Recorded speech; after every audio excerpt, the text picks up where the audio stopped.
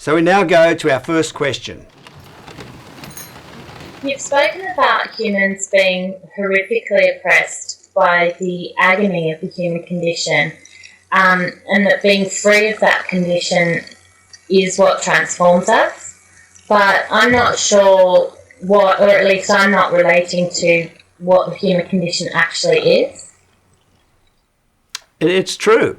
Few people even know what the term human condition actually means, or even that it exists. I mean, let alone that it's the underlying real core problem in human life. But as mentioned, there's a very good reason for this. Thinking about the issue of the human condition has been far too depressing. In fact, the human condition has been such a fearfully depressing subject, we humans spend most of our time just making sure we avoid any encounter with the damn thing. Indeed, we only ever mention the term human condition when we're being really profound, and even then it sends shivers down our spine. So yes, what exactly is the human condition? Actually, I think it might help those watching the video of this instant and brief question and answer introduction if you print out a copy of the transcript so you can more easily follow what's being said. To print a copy, click on the link to the transcripts that appears under the videos on our website. So yes, what exactly is the human condition? As I summarised, the human condition arises from the existence of so-called good and evil in our makeup. We humans are capable of shocking acts of inhumanity like rape and murder and torture, and our agonising predicament or condition has been that we've never been able to explain and thus understand why. And even in our everyday behaviour, why are we competitive, aggressive and selfish when clearly the ideals are to be the complete opposite, namely cooperative, loving and selfless? So the predicament or condition of not being able to understand ourselves meant that the more we tried to understand ourselves, that is, tried to think about this all-important question of why human behaviour is so imperfect, the more depressed our thoughts became. And to avoid becoming suicidally depressed, we learnt not to allow our minds to go on that thought journey. We learnt, and we learnt very early on in our lives, to totally avoid the whole depressing subject of the human condition. Certainly, and quite understandably, given how guilty we have felt about our seemingly imperfect behaviour, we invented excuses for being competitive, aggressive and selfish. As I mentioned, the main excuse we've used is to say we have savage animal instincts in us that make us fight and compete for food, shelter and territory and a mate. But really, in our heart of hearts, we did know this was only an excuse we had to use until we found the real reason for our divisive behaviour. As I said, it conveniently overlooks the fact that our human behaviour involves our unique, fully conscious thinking minds. And I said, descriptions of our behaviour like egocentric and arrogant and what were the other ones, deluded, artificial, hateful, mean, immoral, alienated, etc., all imply a psychological dimension to our behaviour. So the psychological problem in our species' thinking minds that we've suffered from is the dilemma of our human condition. The issue of our species' good and evil afflicted, less than ideal, imperfect, even fallen or corrupted state. We humans suffer from a consciousness-derived psychological human condition, not an instinct-derived stimulus and response animal condition. As I said, it's unique to us. Now, and I didn't mention this before, the savage animal instincts in this excuse also overlooks the fact that we humans have altruistic, cooperative, loving, moral instincts, what we recognise as our conscience.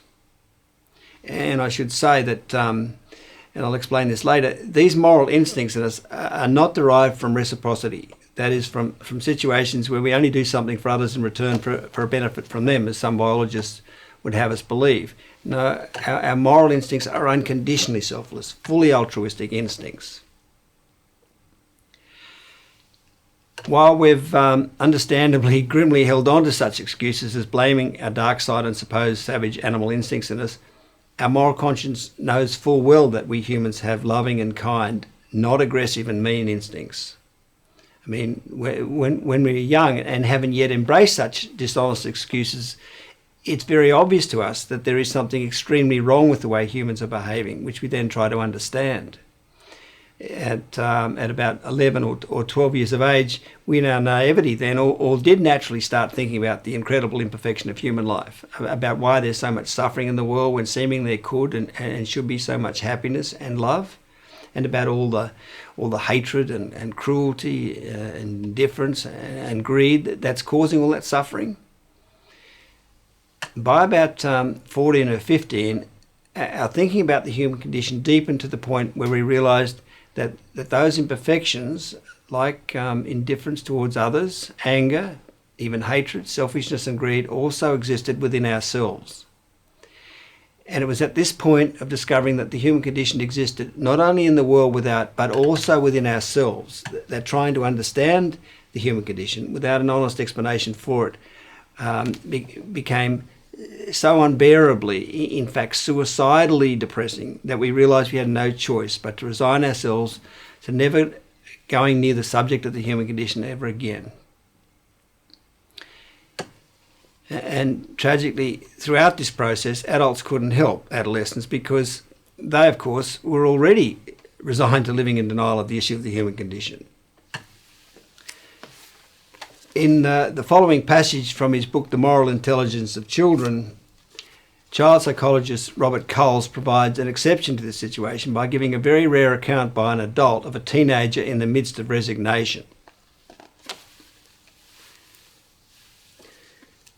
I tell of the loneliness many young people feel. It's a loneliness that has to do with a self-imposed judgment of sorts. I remember a young man of 15 who engaged in light banter, only to shut down, shake his head, refuse to talk at all when his own life and troubles became the subject at hand. He had stopped going to school. He sat in his room for hours listening to rock music, his door closed. I asked him about his head-shaking behaviour. I wondered who he was addressing. He replied, "No one." I hesitated, gulped a bit, as I took a chance. "Not yourself." He looked right at me now, in a sustained stare for the first time. "Why do you say that?" he asked. I decided not to answer the question in the manner that I was trained. Instead, with some unease, I heard myself say this: "I've been there. I remember being there. Remember when I felt I couldn't say a word to anyone." The young man kept staring at me, didn't speak. When he took his handkerchief out and wiped his eyes, I realised they had begun to fill.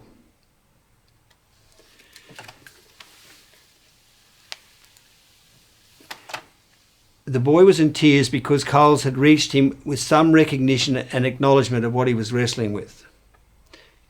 Coles had shown some honesty about what the boy could see and was struggling with, namely the horror of the utter hypocrisy of human behaviour, which all those who had already resigned to living in denial of the human condition had determinedly committed their minds to not recognising.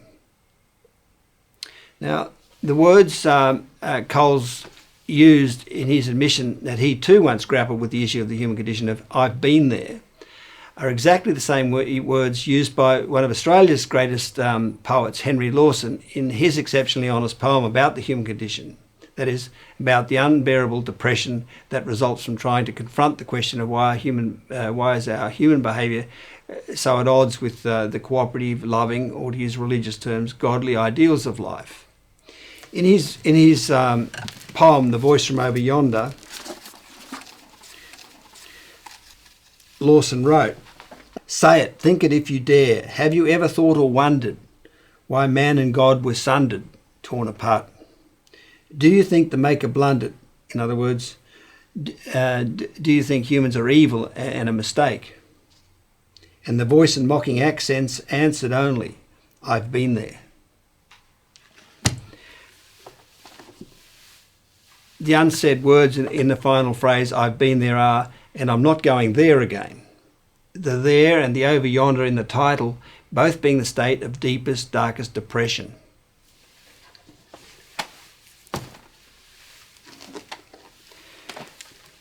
Interestingly, in his best-selling book about the great Spanish artist Francisco Goya, titled Goya, the renowned Australian art critic Robert Hughes described how he This is another description of resignation.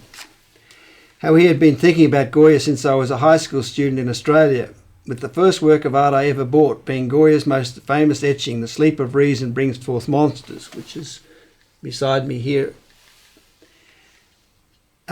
which shows the intellectual beset with doubts and night terrors slumped on his desk with owls gyrating around his poor perplexed head.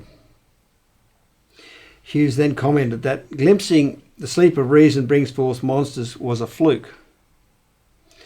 A little further on, Hughes wrote that at 15, to find this voice of Goya's so finely wrought in his etching The Sleep of Reason Brings Forth Monsters, speaking to me with such insistence and urgency, was no small thing.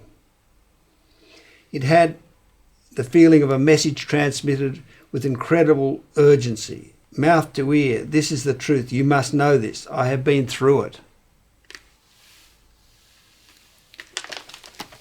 Again, the process of resignation is such a horrific experience that adolescents determined never to revisit it or even to recall it. Nevertheless, Hughes's attraction to The Sleep of Reason Brings Forth Monsters was no fluke, as Hughes thought it was. The person slumped at the table with owls and bats gyrating around his head, perfectly depicts the bottomless depression that occurs in humans just prior to resignation to a life of denial of the issue of the human condition. And someone in that situation would have recognised that meaning instantly, almost sort of willfully drawing such a perfect representation of their state out of the world around them.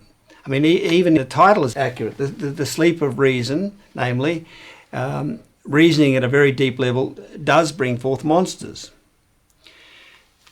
So while Hughes hasn't recognised that what he was negotiating at 15 was resignation, he has accurately recalled how strong his recognition was of what was being portrayed in the etching. He said that the feeling of a message transmitted with terrible urgency, mouth to ear, this is the truth, you must know this, I have been through it, are almost identical to Cole's and Lawson's words, I've been there.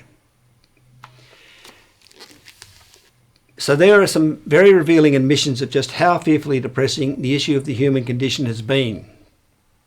Of course, living in denial of the issue of the human condition meant the adult world couldn't acknowledge the process of resignation. I mean, you can't very well maintain a denial if you admit you're practicing denial. You can't effectively lie if you admit you're lying. And so unable to acknowledge the process of resignation, what adults have done is blame the well-known struggles of adolescence on the hormonal upheaval that accompanies puberty, the so-called puberty blues. In fact, the act of resignation has been so traumatic that it often resulted in glandular fever, an illness that's been termed a kissing disease because it most commonly occurs around the same time as and thus has basically been blamed on the onset of puberty.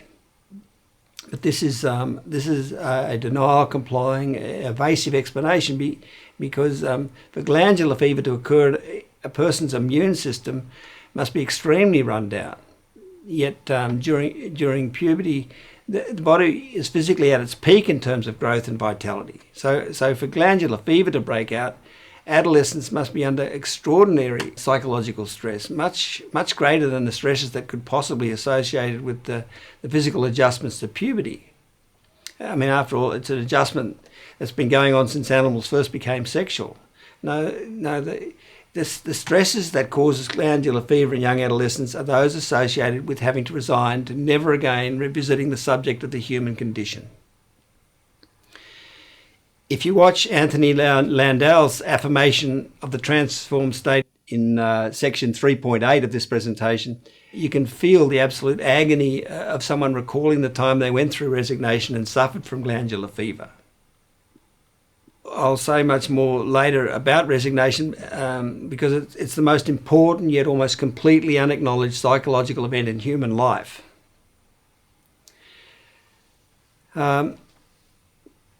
The great psychoanalyst Carl Jung managed to defy the practice of denial of the human condition and give this deadly accurate description of it.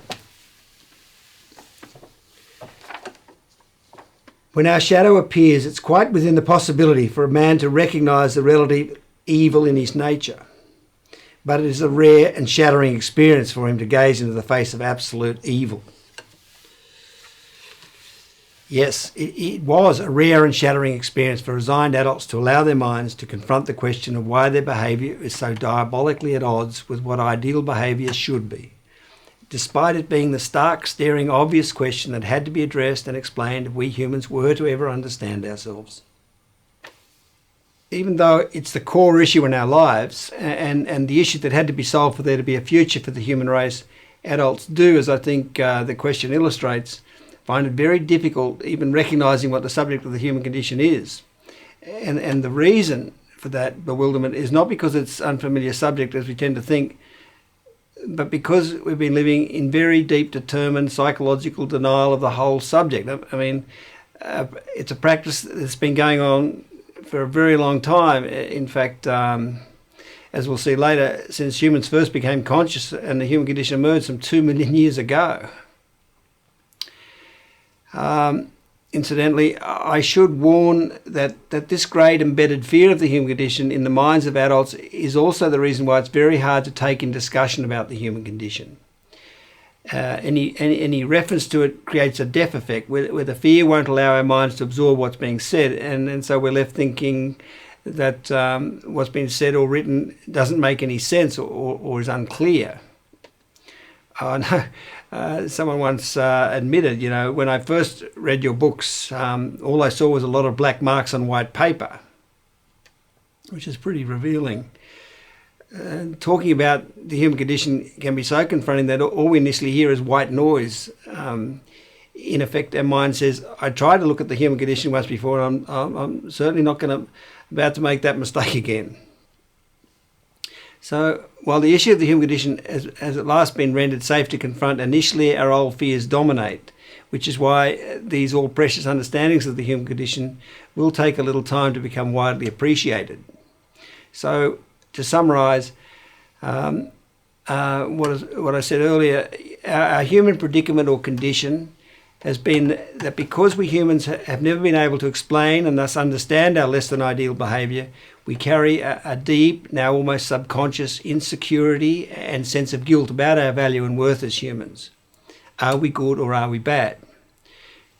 So that's what the human condition is. The agony of not being able to explain and understand our extraordinary, contradictory human behaviour. That is, until now. And as emphasised, what is so wonderful, in fact so wonderful, it will transform your life and the lives of all humans, is that the explanation of the human condition that's finally been found is compassionate. It explains that there's been a good reason for why we humans have not been ideally behaved. It's an explanation that dignifies and redeems us. It reconciles the opposites of good and evil in our natures, and by so doing makes us whole again, thus transforming the whole human race, an outcome that, as the lyrics of Beethoven's music proclaimed, will make us so joyful it will be as if we're drunk with fire. I need to add a warning to this description of the human condition that I gave in 2011. It's now 2012, and the famous American biologist Edward Wilson has just published a book titled The Social Conquest of Earth, in which he presents an explanation of the human condition that doesn't equate at all with the fearful description of the human condition that I've just given. As I fully explained in part 4 of my book Freedom, this new theory of eusociality, as Wilson has termed his supposed explanation of the human condition, doesn't truthfully explain the human condition at all. Rather, it attempts to dismiss it as nothing more than a conflict between supposed selfish and selfless instincts within humans. It's not a profound, truthful treatment of the psychological dilemma within us humans that is the real human condition that we all suffer from, but rather a completely fake, superficial trivialisation of the subject. I mean, What Wilson has done is put forward a supposed explanation of the human condition that nullifies it, that makes it appear benign, nothing profoundly distressing at all. When as the descriptions I've just given of adolescents going through resignation make very, very clear, the human condition is in reality an extremely dark and fearful, indeed terrifying psychological issue. As I describe in part 4 of Freedom, in devising such theories as social Darwinism, sociobiology, evolutionary psychology, multi-level selection theory, and now eusociality, mechanistic science has become masterful at finding new ways to avoid the true nature of the human condition. But unlike all these escapist, dishonest interpretations of human nature, what is going to be presented here is the fully accountable and thus true explanation of the human condition. The explanation that that finally explains the real psychological dilemma that adolescents going through resignation know all too well. So I just want to warn that Wilson's theory of eusociality is a completely fake, superficial treatment of the human condition, not the biological explanation of the real, agonizing, coarse, psychological human condition that's going to be presented here.